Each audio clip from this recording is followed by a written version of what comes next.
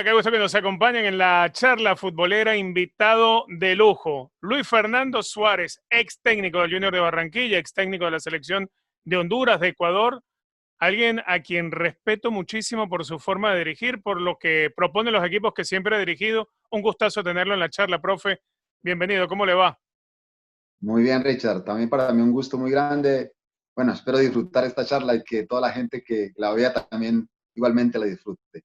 Claro que sí, claro que sí. Además que hay mucha gente que todavía le recuerda y, y todavía añora que alguien como Luis Fernando Suárez o el propio Luis Fernando Suárez vuelva a llevar a Ecuador, por ejemplo, a ese momento tan dulce de superar la ronda de grupos de una Copa del Mundo. ¿Cuánto es ese sentimiento? ¿Le han hablado de Ecuador otra vez? Porque Ecuador hasta hace poco, hasta el nombramiento de Jordi Cruyff, pues era un territorio en el cual muchos suspiraban todavía por el nombre de Luis Fernando Suárez. Sabes que fue la mejor experiencia de las que yo he vivido como entrenador de fútbol. Yo le debo mucho a Ecuador. Para mí yo no podría decir que ni mi segunda casa, es casi que igual que Colombia, porque yo allí crecí en todo. Yo tuve la oportunidad de dirigir una selección, que eso pocas veces uno lo puede contar fácilmente. Había antes tenido la oportunidad de estar con un equipo, el Aucas, un equipo muy humilde, pero una jerarquía y con una situación de ser uno de los más populares de Quito. En fin, y lograr lo que se dio con esa selección en Alemania fue muy bonito. O sea, que era casi que una situación en la cual uno no sabía, o yo no sé, de verdad, quién es. Yo cuando dice todos los ecuatorianos que me encuentran y me agradecen, yo digo, sí, eso está bien, pero me parece que un poco está también la retribución por todo lo que Ecuador me dio. Profe, cuando llegan esa serie de momentos en una Copa del Mundo, había que jugárselas en ese partido para lograr la clasificación en la ronda de grupos. Ya se sabía que era un mundial complejo cuando se arma una selección y se logra la clasificación como la logra usted, siendo muy fuerte de local. Ahora había que ir a un territorio neutral, ahora había que ir a una Copa del Mundo, no se podía tener quizá el hándicap para el rival de jugar en la altura. ¿Se planifica en esas condiciones un mundial pensando, bueno, vamos a hacer un papel digno y de pronto el equipo responde y se encuentran con la clasificación? ¿O desde el plan original, Luis Fernando Suárez tenía el grupo convencido de que era posible que superara la ronda de grupos? Sabe que eso se fue dando poco a poco, pero de la mejor manera. Yo creo que un equipo se va formando pues con el tiempo necesario, con el apoyo de las directivos que yo lo recibí, pero también un poco se gesta viendo cómo el grupo va respondiendo a determinadas cosas. Y creo que uno como entrenador debe entender de qué manera poder acercarse a cada uno de ellos. El futbolista es un mundo completo, cada uno, y hay que entenderlos. Y Ecuador, pues lógicamente tiene eso, tiene gente diferente y a la cual creo que hubo una buena cercanía. Y se fue armando un equipo dentro de todo, creo que con una muy buena sinergia, muy cohesionado, que se querían. Ahí yo, por ejemplo, y en ese sentido yo valoro mucho a los que tenían un muy buen nombre en determinado momento, como el caso de Iván Caviedes, que él en determinado momento supo que él no iba a ser el titular, pero sin embargo fue el jugador uno de los jugadores más importantes cuando entraba dentro a la cancha y se sentía uno más del equipo. Yo creo que eso es lo que uno debe crear en un equipo. Entonces, se fue creando poco a poco, se hicieron creo que las cosas bastante bien, la concentración fue perfecta porque se hizo en un pueblo pequeño, era casi que nosotros los dueños de ese pueblo, era un pueblo pequeñísimo, Bad Kissingen, y se fue dando todas las cosas poco a poco. Nosotros llegamos con algunas dudas porque el equipo en los partidos de preparación no estaba haciendo un buen papel, pero ese partido contra Polonia creo que nos despertó a todos, nos puso a pensar que sí podíamos lograr cosas más grandes. Creo que ahí fue donde de verdad el grupo se dio cuenta de que teníamos como para lograr cosas muy importantes. A ver, y una selección ecuatoriana, profe, que sin duda alguna, yo creo que fue quizás esa última combinación de jugadores muy experimentados. Y usted me citaba a Caviedes, y esa sangre joven, ¿es muy fácil o mejor dicho, qué tan complejo es poder hacer esa mezcla del jugador experimentado, el que sabe que esta puede ser su última oportunidad de hacer algo importante en un mundial, y el jugador joven, el que creció en parte viendo a los jugadores que ahora estarían cerca de despedirse y los tiene en un mismo vestuario, en una misma selección? ¿Cómo se logra esa mezcla? Richard, siempre va a existir eso. El problema mayor de esa situación es que cuando se da eso, normalmente el entrenador de fútbol a veces le teme tomar decisiones drásticas en determinado momento. Hay veces que cuando ocurren cosas y cuando uno está con un grupo mucho tiempo, uno sabe que hay situaciones en las cuales hay el cambio generacional normal. A veces se da mucho más fácil cuando uno llega como nuevo. Así me ocurrió a mí. Yo llegué a mitad de la eliminatoria. Hernán Gómez, que era el técnico, renunció en esa Copa América de Perú. Entonces, cuando yo llegué, yo ya tenía un año y medio de trabajo en Ecuador, ya reconocía más o menos como que lo nuevo que estaba saliendo por ahí. Incluso uno hacía ejercicio sin maldad, pero decía, si yo fuese entrenador de la selección de Ecuador, yo llamaría a este muchacho ya. En el imaginativo uno tenía eso. Bueno, cuando se me dio, yo estaba claro respecto a qué cambios debería hacer, a qué gente nueva podía poner. Y afortunadamente respondió bien esos jugadores, porque no le niego, tomar decisiones en esto y cuando sobre todo uno no llama jugadores que han sido grandes estelares, gente de leyenda dentro de un país, es complicado hacerlo. Entonces uno está con un piano encima durante toda la eliminatoria. Bueno, siempre la tendrá, llamando al que es o al que no es, siempre va a ser una presión muy grande. Pero lo importante es eso, la toma de decisiones del técnico creo que es importante tenerla en cuenta. Y es muy fácil cuando a veces se toman esas decisiones y por fundamentos tácticos o lo que a usted le parece, a lo que usted quiera jugar, hay que salir de uno de esos jugadores referentes en el pasado, pero que ahora no da el ritmo. ¿En algún momento usted sintió presión de los medios de comunicación por no llevar a tal o cual jugador o algún directivo de la federación? No, todos los medios de Colombia, de Ecuador, perdón. Ahí fue tremendo, porque yo dejé por fuera en la primera convocatoria al mayor referente de las selecciones, que era Alex Aguinaga.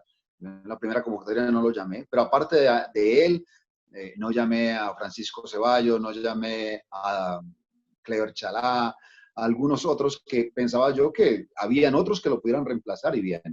Lógicamente eso se dio siempre una presión grandísima de todo el mundo. Ecuador es, yo lo digo hasta de una manera medio charra, medio alegre, digo yo tuve un momento en que uní dos regiones que se odian, la parte de la serranía, que es la de Quito, y la parte de la costa, que es la de Guayaquil. Bueno, yo no llamé de Quito a Iguenaga y no llamé de la costa a Francisco Ceballos. Bueno, yo tuve un momento en que pude unir ese país en uno solamente odiándome a mí. Lo digo muy alegremente, pero son situaciones que se dan al final y sigue siendo así. Presiones se dan. Siempre la primera pregunta que se me hacía a mí en cada convocatoria era, bueno, ¿por qué no llamó a Guinaga? ¿Por qué no llamó a Ceballos? Bueno, yo tenía que tener una respuesta acorde con lo que normalmente uno debe decir, pero lógicamente con el mayor respeto profundo por todos los que también, y en ese sentido lo tengo, respeto profundo por todo lo que dio y todo lo que Alex Aguinaga fue para Ecuador, en el mismo caso de Ceballos, en fin, a todas esas personas que yo en realidad los valoro, pero que en determinado momento yo tenía que tomar una decisión, pero mi respeto siempre por ellos. Profe, usted ha tenido un gran recorrido por Sudamérica, su paso también incluso por el fútbol peruano. Eh, Se le ha dado dirigir la selección de Honduras, la de Ecuador. ¿Sueña con dirigir la selección de Colombia? Ese es como uno de los mayores deseos que uno tiene, pero hay veces como que uno ya ve que esas situaciones a veces son más lejanas ahora. Richard, yo tuve la oportunidad de dirigir la selección Colombia, pero hace muchísimo tiempo y cuando yo pensaba que no estaba preparado todavía. Por allá en el 99, en el 2000, yo pues, había quedado campeón de liga con Atlético Nacional, con uno de los equipos referentes acá de Colombia, y el técnico que en ese momento estaba, pues tuvo una mala presentación en un preolímpico, perdió contra Brasil 9-1, 9-0, no, si no mal no estoy. Bueno, el técnico salió y de lógica, cuando uno queda campeón de liga, el mayor candidato a ser si no hay técnico en la selección, es uno. A mí me llamaron y yo en ese momento, y lo dije, y lo hice muy conscientemente, decía que no podía aceptarla porque no estaba preparado para la selección. Todavía me faltaba mucho recorrido para aprender. Bueno, la gente de la selección, de la federación, me insistió mucho, yo siempre les dije que no, pero yo creo que yo cerré un camino, hay una puerta y esas situaciones no se van dejando de lado así tan fácilmente, tan olímpicamente. ¿Se arrepiente, Después, profe, de esa decisión? no me arrepiento. La cuestión es que me queda esa sensación de que de pronto ya no lo vuelvo, no la puedo volver a sentir, no puedo volver a tener la oportunidad de dirigir la selección. Y le digo sinceramente, si hay algo que me ha gustado a mí después de lo que viví con Ecuador, después de lo que viví con Honduras, de ir a un mundial, de representar a un país, de sentir esa, pues primero la presión, pero después esa alegría de todo un país por un seleccionado, eso me gustaría repetirlo, pero yo creo que sería muchísimo más con el país donde uno nació. Pero creo que hoy está más lejano, siempre lo querré hacer, pero habrán situaciones en las cuales, bueno, ya el tiempo pasó, de pronto hay otros candidatos mejores, pero si me vuelve a decir, si me vuelven a decir, bueno, coja la selección, yo de una vez digo que sí, ahí sí no, ni modo de decir que estoy mal preparado. No, y mal preparado no está, eso es seguro, aparte.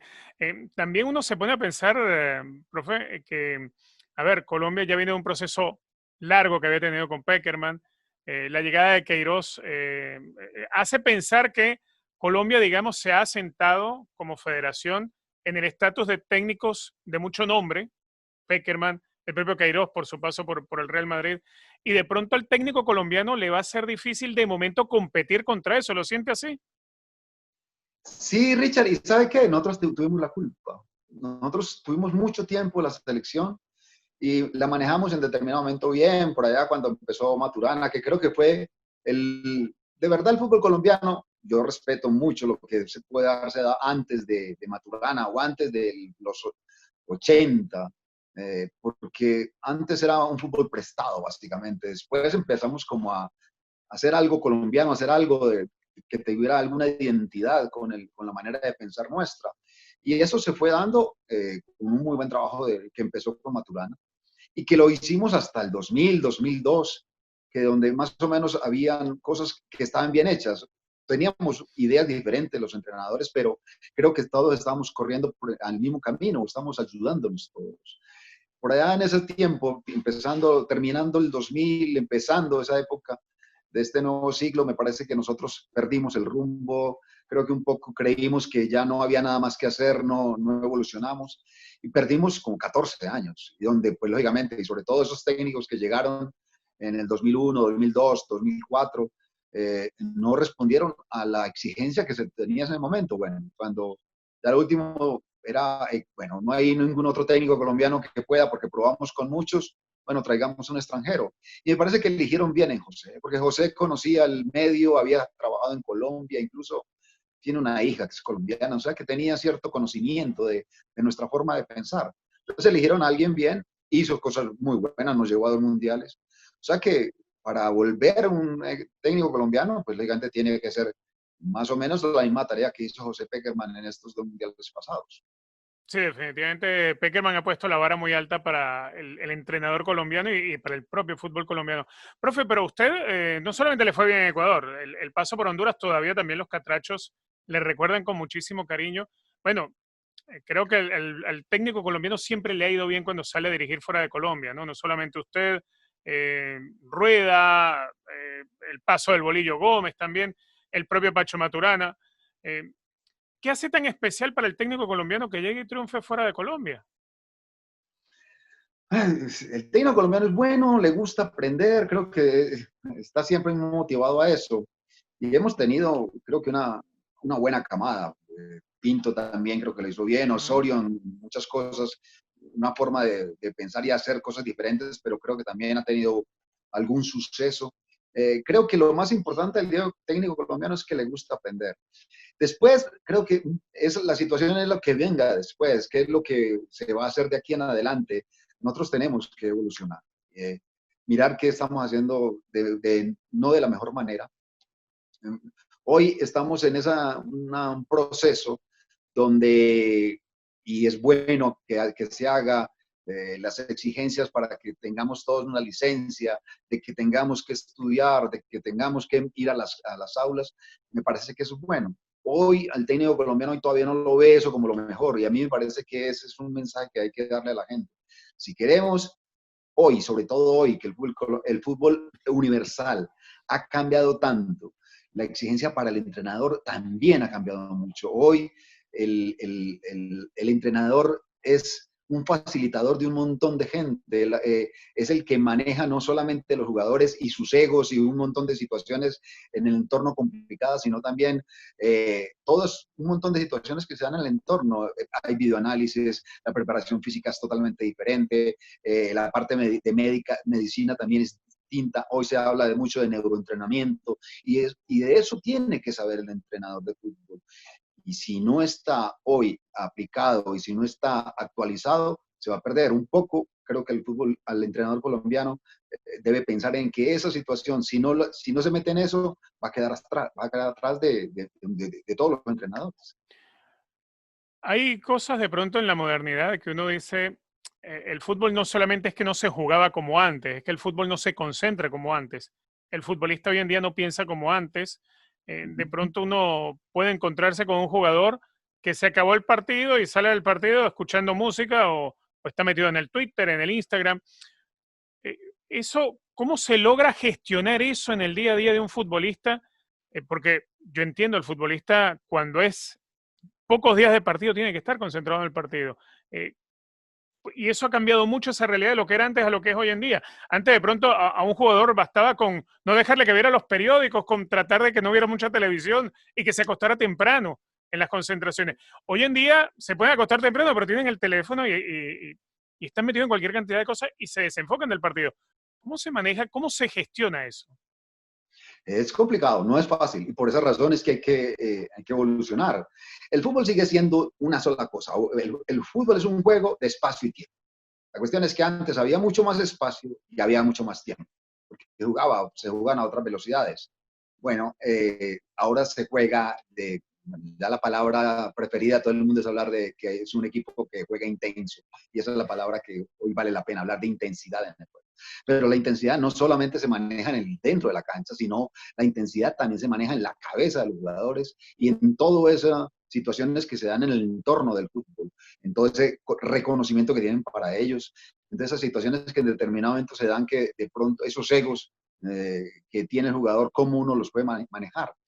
Yo creo, y eso es donde uno tiene que manejar en esto como entrenador, el entrenador no puede pensar solamente en hablar de técnica, hablar de estrategia y hablar de sistemas.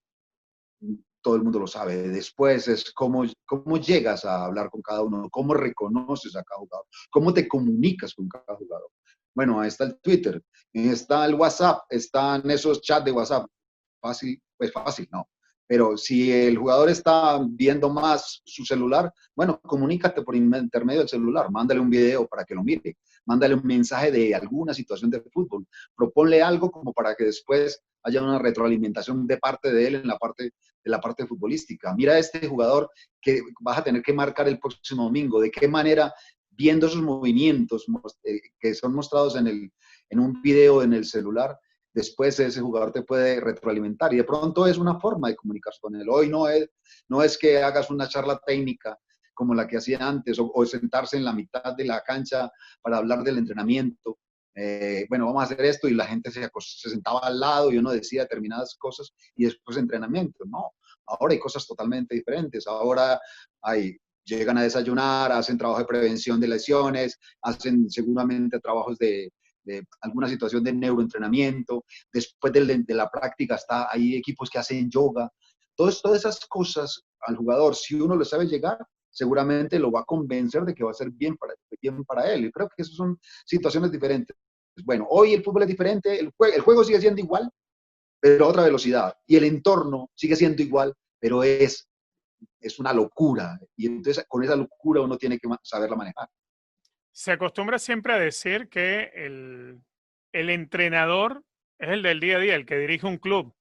Y el técnico verdadero es el que dirige la selección porque tiene 3, 4 días de concentración y tiene que diseñar un plan de juego efectivo para llegar y ganar un partido porque hay 3 puntos que son importantes de meter en la bolsa si se piensa ir al Mundial. ¿Están así? ¿Existe verdaderamente la figura del entrenador como el padrinazgo dentro de un vestuario de un equipo que juega todos los domingos y es tan diferente con el técnico de la selección?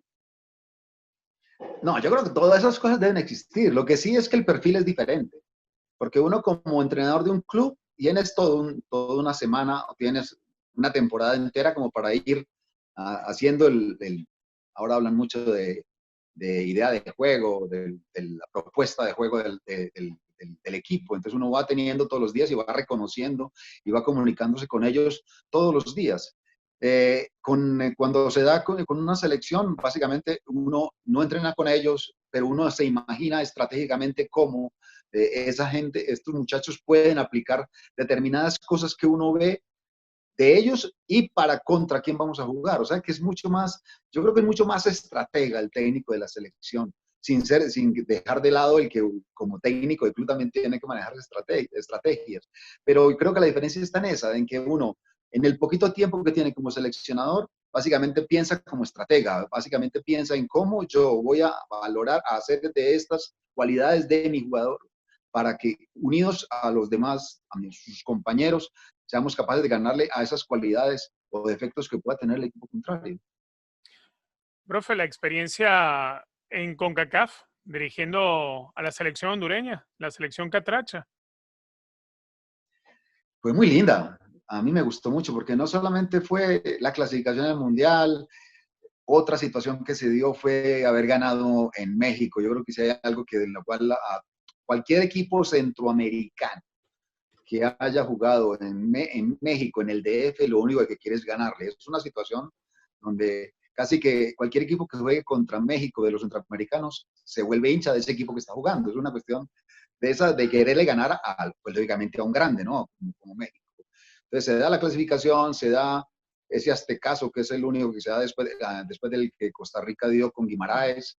Eh, Se da incluso una situación bonita que a mí me gustó, lo de las Olimpiadas en Londres, porque fue un equipo que hizo cosas bastante buenas, hasta cuando quedó eliminado, que lo eliminó Brasil, y creo que de una manera hasta injusta. Pues todo eso son recuerdos maravillosos. Yo de Honduras solamente tengo cosas buenas. A mí siempre, y a mí me hablaban mucho respecto a la situación social. Yo decía, a mí no me hablen de la situación social de Honduras, porque yo la veo y la veo, pues lógicamente con problemas, pero con problemas como los tenemos todos los latinoamericanos, como los tenemos todos los colombianos. Son gente bella, gente que está buscando de alguna manera salir adelante. O sea que fue una experiencia de verdad bastante bonita. Ya usted hacía referencia, profe, a ese sentimiento que se origina en Centroamérica cuando se va a jugar contra el gigante de la CONCACAF, como se le dice a México, y lo que significa ganarle el partido, sea en San Pedro Sula, sea en San José, sea en Panamá, sea donde sea, pero poderle ganar a México. Ahora le voy a llevar el tema hacia otro punto, ¿no? Usted conoce bien el entorno de Conmebol y los que venimos de Conmebol, no sé si es una creencia o es una leyenda, creemos que en nuestro barrio es más difícil ser el guapo, es más difícil clasificarse al Mundial. ¿Es más difícil con Mebol realmente que con CACAF? No, yo creo que es igual. Lo que pasa es que sí, como usted tiene razón, Richard, el sudamericano ve con un desprecio, con muy por encima del hombro el fútbol centroamericano, sin conocerlo. Y me parece que eso es injusto. Lógicamente el fútbol suramericano, la exigencia es muy alta, aparte hoy, porque era antes, pues lógicamente siempre pensaba en Brasil, Uruguay y Argentina. Y después los demás, ahí más o menos, algunos asomó la cabeza, una vez lo asomó Chile, otra vez lo asomó Perú, después otra vez Paraguay. Bueno, ahora es diferente, ahora ya uno tiene que saber que no son esos tres que van a clasificar, sino que cualquiera puede estar clasificando y en realidad es complicado. Pero no se puede, uno me parece que sería injusto decir, no, es mucho más difícil esto que lo otro.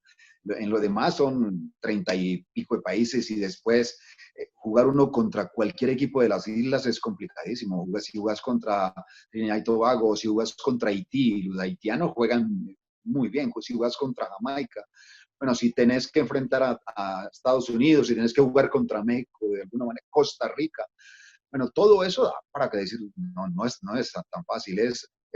Me parece que uno sí tiene que valorar y sobre todo hacer caer en cuenta de que si clasificas a un mundial es porque hiciste las cosas bien siempre y con Mebol o con CACAF tiene una exigencia muy alta todo.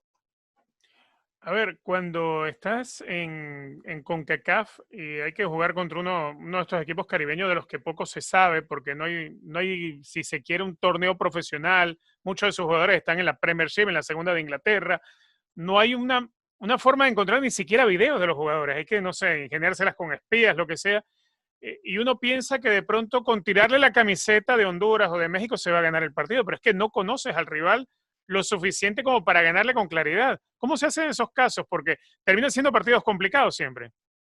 No, total, no, no, por eso y hay que hacer sentir al jugador esa conciencia. Me parece que eso es importantísimo tenerlo en cuenta. Eh, lo voy a poner en el caso específico de Ecuador cuando lo vimos en Alemania. En Alemania nosotros, nadie nos daba un centavo por nosotros para jugar contra Polonia.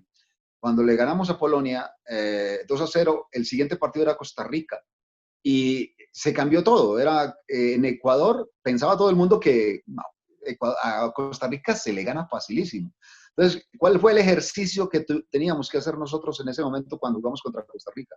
Ojo, entendamos de que este partido listo se jugó muy bien. De la única manera que le vamos a ganar a Costa Rica es haciendo las cosas igual o mejor que contra Polonia. O sea, que no podemos bajar los brazos absolutamente.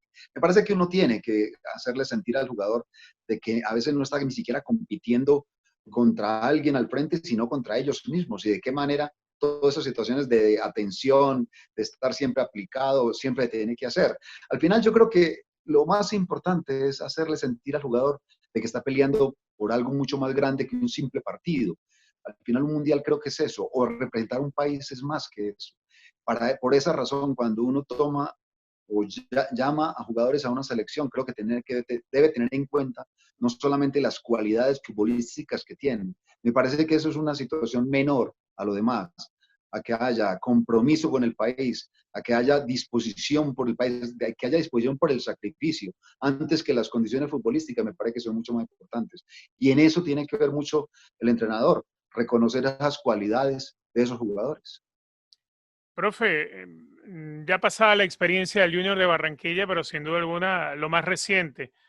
Conociéndolo a usted, que es una persona que es muy estudioso del fútbol, además que lo ha demostrado a lo largo de su carrera, usted es el tipo de técnico que no se queda con lo que aprendió hace 15 o 20 años, con la experiencia de dirigir partidos, no, usted está constantemente documentándose, estudiando, preparándose. ¿Qué hace por estos días el profesor? ¿Qué es lo que está haciendo Luis Fernando Suárez en estos momentos? ¿Hacia dónde está apuntando Luis Fernando Suárez? No, estudiando mucho.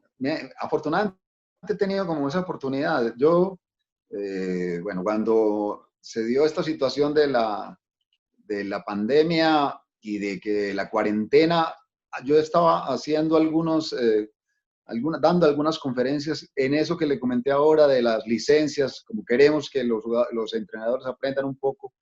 Bueno, algunas conferencias estaba dando con unas universidades de acá de Colombia. Se dio lo de la cuarentena, la gente de la universidad dijo, bueno, sigamos en esto, sigamos dando conferencias. Bueno, empezamos a hacer algunas charlas virtuales, salió más o menos bien, dimos 10, 12 charlas con alguna gente de muy buenas calidades. Estuvo Guimaraes con nosotros, estuvo el preparador físico de Chile, Carlos Velasco, estuvo un dirigente que a mí me encanta, Michel Deller, que es el dueño de Independiente del Valle, estuvieron unos psicólogos, en fin, hablando siempre de fútbol. Yo los acompañé siempre y entonces estuve como muy al tanto y muy leyendo.